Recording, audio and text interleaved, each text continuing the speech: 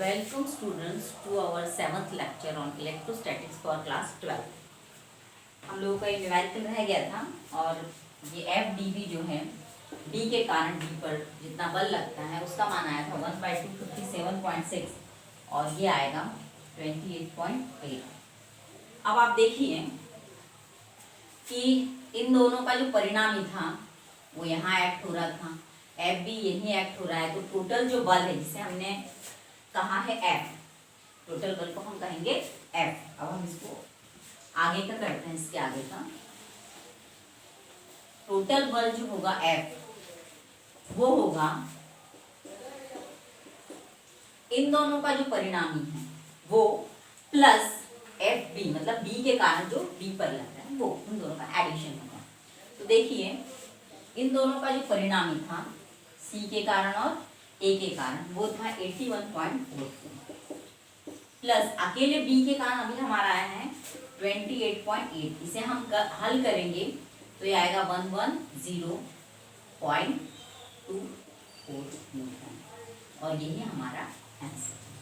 तो ये न्यूमेरिकल था अध्यारोपण के सिद्धांत पर आधारित और ये बहुत इंपॉर्टेंट है क्योंकि इस तरह के न्यूमेरिकल्स एग्जाम में आते हैं। अब हमारा अगला पॉइंट है कूलॉम के नियम का सदिश रूप, इसको हम देख लेते हैं। ये पॉइंट हमारा रह गया है, इसे हम कहेंगे कूलॉम का नियम सदिश रूप में, क्योंकि आप जानते हैं कि बल जो है एक सदिश राशि है।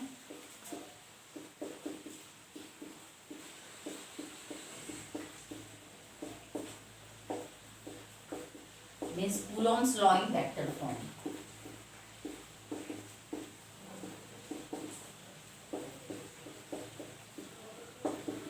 हम दो आवेश लेंगे Q1 और Q2,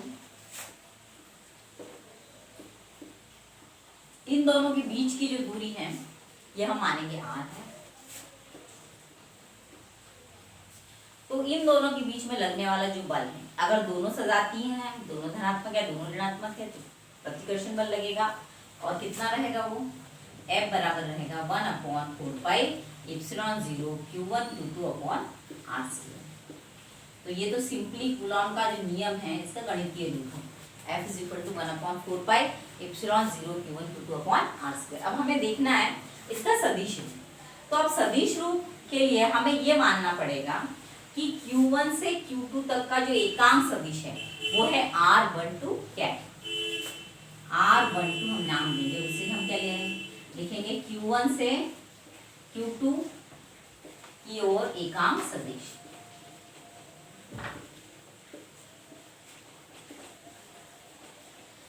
फिर चूंकि इसकी दिशा रहेगी Q1 से Q2 की ओर। अब चूंकि देखिए ये सदिश राशि है तो Q1 से Q2 की ओर जो दिशा रहेगी और Q2 से Q1 की ओर जो एकांक सदिश की दिशा रहेगी, ये दोनों दिशाएं अलग अलग रहेंगी, तो ये एकांक सदिश भी अलग अलग रहेंगे, इनके मान अलग अलग रहेंगे। अगला क्या लेंगे हम R21 एकांक सदिश। इसको हम अगर डायग्राम बनाएं तो ये डायग्राम हो जाएगी R12 की और Q2 से Q1 की हो जाएगी ये। अगर आप इधर बनाना चाहते हैं व्यवस्थित रूप में तो ये डायरेक्शन होगी R12 कैप की और R21 कैप की डायरेक्शन हो जाएगी ये, क्योंकि ये Q2 से Q1 की ओर है। इसे हम लिखेंगे Q2 से Q1 की ओर एकांक सदिश।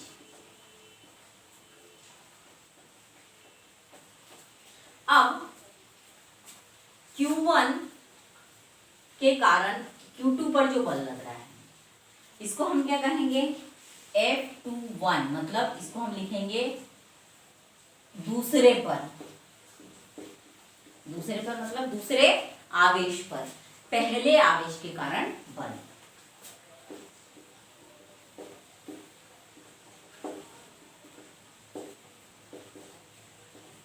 इसमें कंफ्यूज नहीं होना है। देखो एकांक सदिश में जो है जहां से हम डायरेक्शन ले रहे हैं वो नोटेशन पहले आता है। जैसे हमने कहा R12 कैप, तो R12 कैप यानी Q1 से 1 से 2, क्योंकि हम 1 से दूसरे की तरफ जा रहे हैं इसलिए R12 कैप होगा। लेकिन बल के लिए जिस पर लगता है, जैसे दूसरे पर लगा है उसको हम पहले लिखते हैं, तरीका होता है F21 लिखेंगे, 2 1 मतलब 2 यानी 2 पर लग रहा है, किसके कारण 1 के कारण। तो दूसरे पर पहले आवेश के कारण बल। और F12 इसको हम साइन दे देते हैं सदिश का, क्योंकि आप जानते हैं कि बल एक सदिश राशि होती है। और F12 यानी पहले पर, 1 हमने पहले लिख लिया है, मतलब पहले पर बल किसके कारण, दूसरे आवेश के कारण।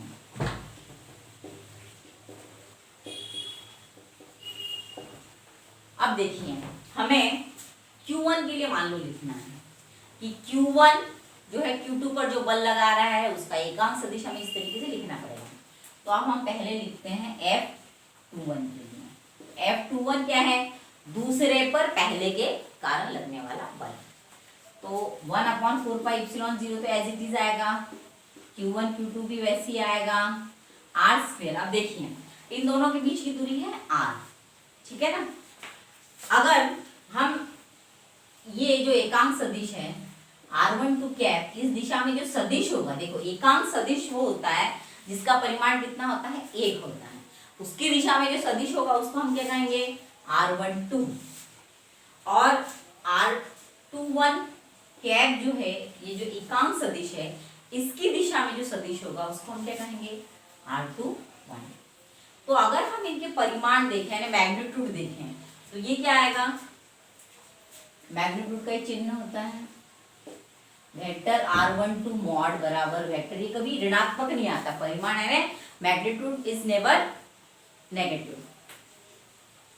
r21 इज इक्वल टू, हम इसको r बोल सकते हैं, ठीक है, जो कि एक्चुअली क्या है, दूरी। वेक्टर r12 का मॉड बराबर वेक्टर r21 का मॉड बराबर r, यानी दूरी, ये हमेशा पॉजिटिव होगी, इसलिए हमने ये लिखा है।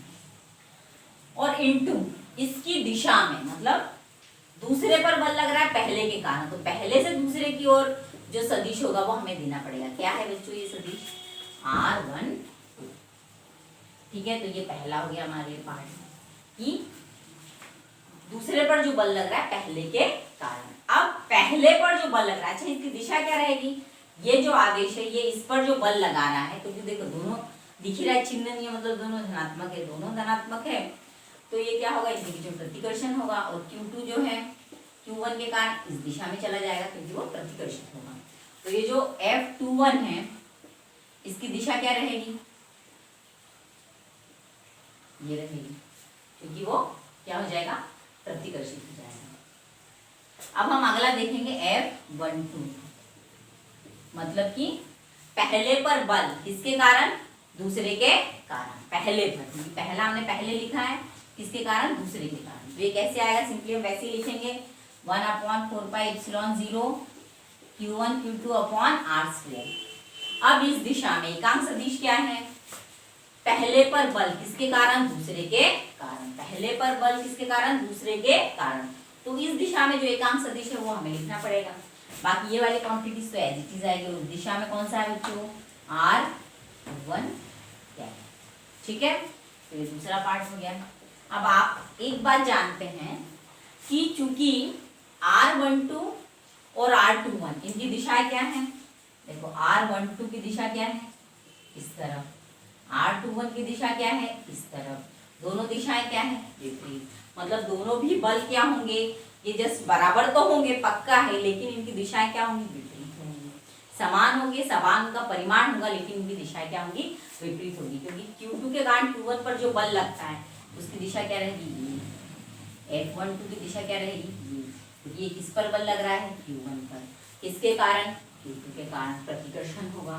तो ये सेकेंड पॉइंट है। अब हम इसके आधार पर, चूंकि r12 कैप बराबर क्या है, r21 कैप, और इसीलिए हम बल के रूप में अगर कहें तो F12 बराबर माइनस ऑफ F21, मतलब पहला आवेश दूसरे पर जितना बल लगाता है, दूसरा भी पहले पर उतना ही बल लगाता है, परंतु इनकी दिशाएं होती हैं, ये क्या होती हैं, ऑपोजिट होती। तो ये हमारा था कूलॉम के नियम का सदिश। अब हमारा अगला पॉइंट है आवेशों का वितरण। वैसे तो हमने क्वांटाइजेशन ऑफ चार्ज में आवेश को क्वांटाइज माना है, पर हम आवेशों को जो है निरंतर भी मान सकते हैं। कि किसी भी वस्तु पर आवेश जो है, आवेश का वितरण निरंतर है। तो ये हम 3 प्रकार से मानते हैं। अब अगला हमारा पॉइंट है आवेशों का वितरण।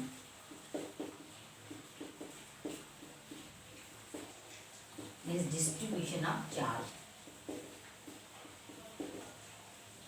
Distribution of charge. देखो, हम ये मान सकते हैं कि आवेश जो है सतत रूप से कोई भी एक रेखा पर फैला हुआ है, तो इसे हम क्या कहेंगे, रेखीय आवेश वितरण। अगर वो रेखा पर फैला हुआ है तो। दूसरा, अगर हम ये मान रहे हैं कि कोई भी आवेश जो है किसी भी शीट पर फैला हुआ है, ठीक है, किसी भी क्षेत्रफल पर फैला हुआ है, तो इसे हम क्या कहते हैं, पृष्ठीय आवेश वितरण।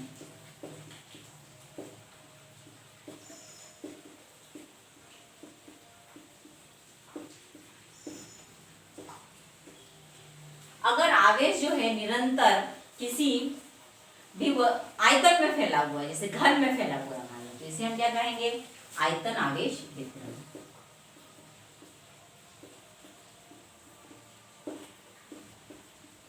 इसको हम पहले समझ लेते हैं, रेखीय आवेश वितरण को। देखो, इसको समझने के लिए देखिए, मानिए कि हमारे पास एक वायर है, दिस इज अ वायर। अगर हम इस वायर की लंबाई की बात करें, डोंट कंसीडर द होल्डर, अगर हम यहाँ पर इसकी लंबाई की बात करें तो आप एक बात देखोगे कि इसकी जो मोटाई है इसकी लंबाई की तुलना में बिल्कुल नगण्य है, ठीक है ना। तो इसको हम क्या मान सकते हैं कि आवेश जो फैला हुआ है वो एक रेखा पर फैला हुआ है। मान लो इस तरह से अगर आवेश फैला हुआ है तो इसे हम क्या कहेंगे, रेखीय आवेश वितरण। क्योंकि हम ये मानते हैं कि इसकी लंबाई की तुलना में इसका जो क्षेत्रफल है वो क्या है, नगण्य है। तो इस प्रकार का अगर डिस्ट्रीब्यूशन होता है तो उसे हम क्या मानते हैं, रेखीय आवेश वितरण। और इससे जो रिलेटेड टर्म होती है उसे हम क्या कहते हैं, रेखीय आवेश घनत्व।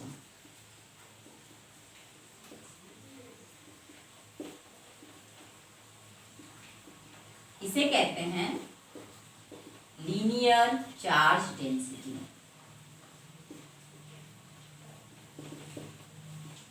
मान लो इस लंबाई पर आवेश जो है सतत रूप से वितरित है। सतत रूप से मतलब समान, मतलब आप इसके छोटे छोटे पार्ट्स कर लो, डीएल लंबाई का पार्ट कर लो, तो हर डीएल लंबाई पर आवेश का एक निश्चित मान होगा। इसीलिए हम क्या कहते हैं, हम ये कह सकते हैं कि वह सतत रूप से वितरित है।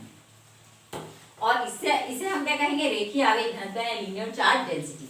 वास्तव में लीनियर चार्ज डेंसिटी क्या होती है, इसे हम लैम्डा से दर्शाते हैं। ये आवेश बटे संपूर्ण लंबाई, मतलब किसी भी रेखा पर फैला हुआ आवेश, एकांक लंबाई पर फैले हुए आवेश को ही हम उसकी रेखीय आवेश घनत्व या लीनियर चार्ज डेंसिटी कहते हैं। इसे हम किससे दर्शाते हैं, लैम्डा से, ठीक है। और इसका एसआई मात्रक क्या होगा, कूलॉम पर मीटर।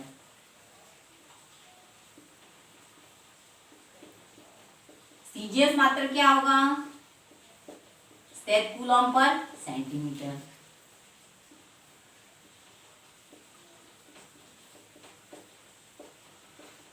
इसकी विमाएं क्या होंगी,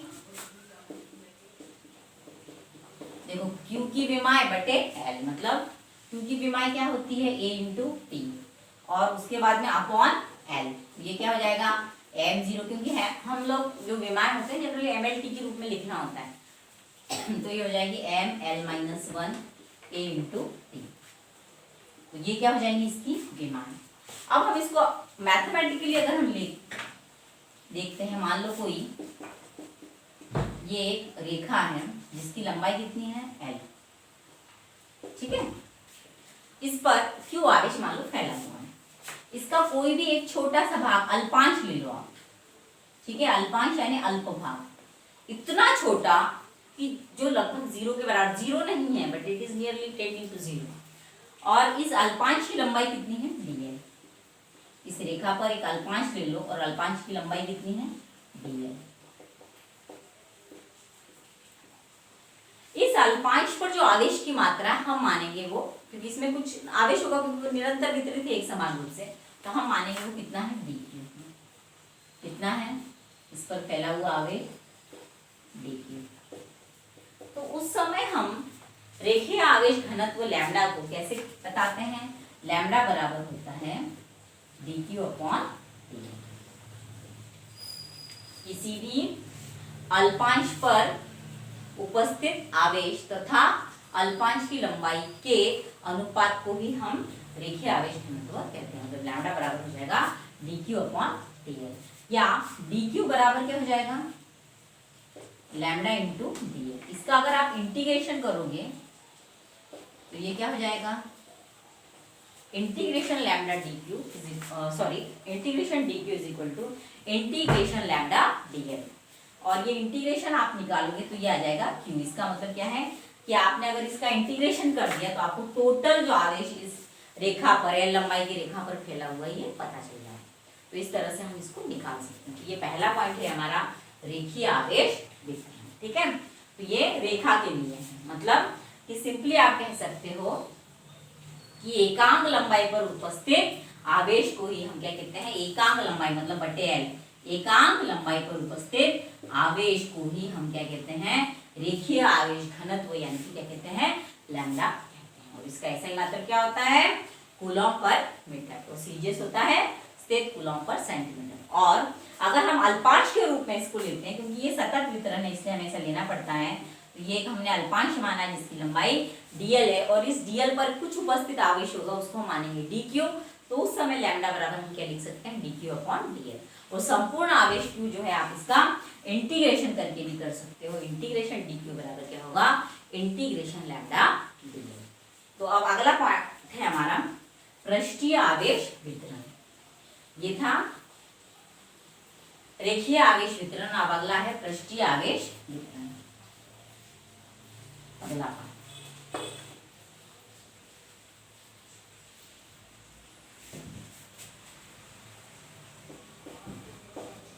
सरफेस चार्ज डिस्ट्रीब्यूशन।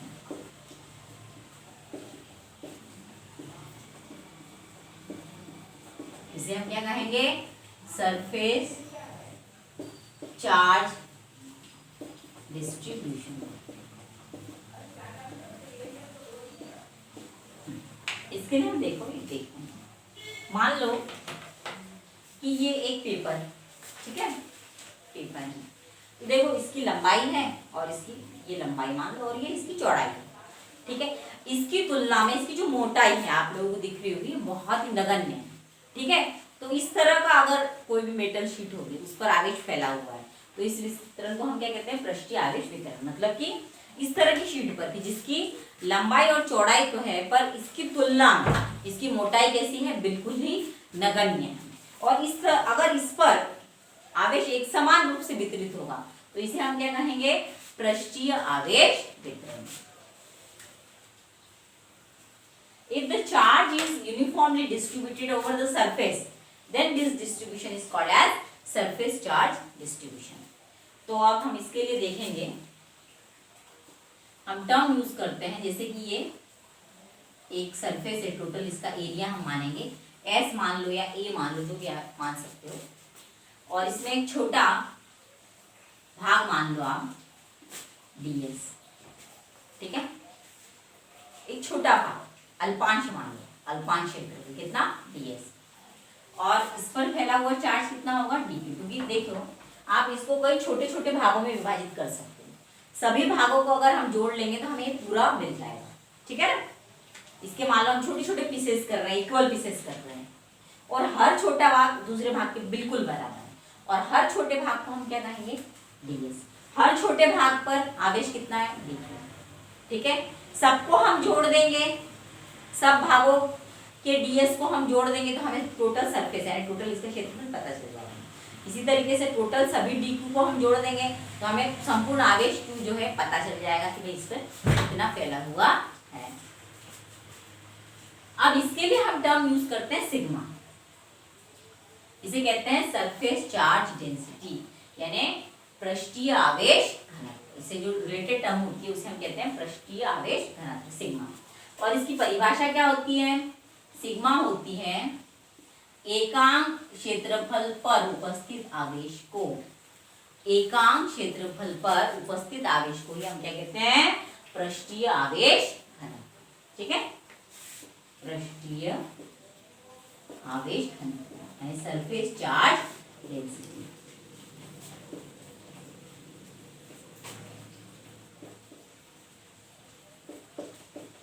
कितनी होती है बच्चों ये? सिग्मा बराबर क्या होती है? इसकी परिभाषा क्या होगी पृष्ठीय आवेश घनत्व की?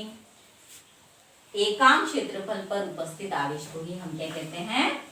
एकांक मतलब बटे, एकांक क्षेत्रफल पर उपस्थित आवेश को ही हम पृष्ठीय आवेश घनत्व कहते हैं। तो ये एक सिंपल परिभाषा होगी। पर अगर हमें इस तरह से हम ले रहे हैं, एक अल्पांश ले रहे हैं, एक अल्पांश क्षेत्रफल का एक भाग ले रहे हैं, इसका क्षेत्रफल कितना है? ds। इस पर उपस्थित आवेश कितना है? इस पर उपस्थित आवेश है dq।